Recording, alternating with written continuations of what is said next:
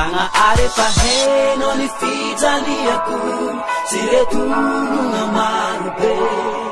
vidipegna na mahelafu niasa tsisy amelomante magnatsoano bitsinjo fa mavesatra miatintsay mitadokive isanandro mitebitebona ampiasa hefo mitady resy mila hery avy aminao reo fitsapagna mifanesy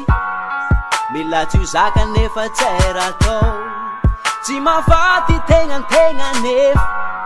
marary loatra tsy hihina tomagninato agnatin'andro fety satria zay hefa hina lafoko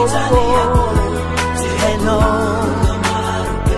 efa hainao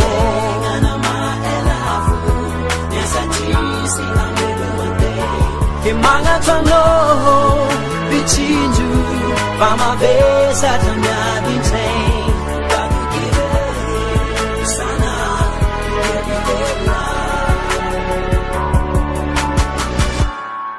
mampagnay zaho miamare agnanakory ny taranaka tsy mamela mahazo miadintsay ny faantragna me manjanaka ny fivavagna taone manginy magnatsanao zay zagnahary mangataka ny hovanginy fo tanine ty marare analikisany tsy misy trano analikisany olo mitsara heno analikisany olo mitomagna marare analikisany olo mara sana arefa heno say mitalize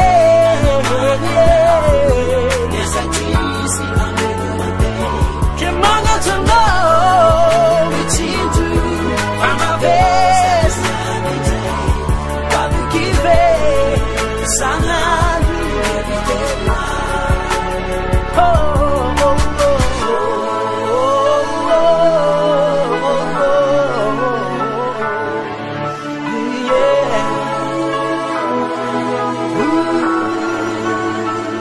ever had no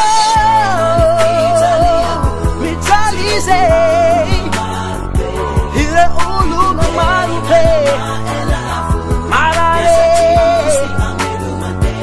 minamowe mangatwano mitijufau mitadukive sanandu mite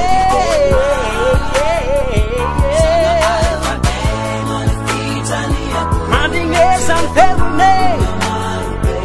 say uno maro inge mangatanga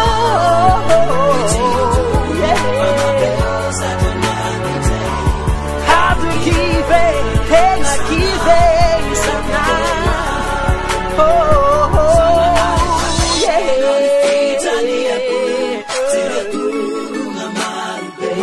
San Febune ano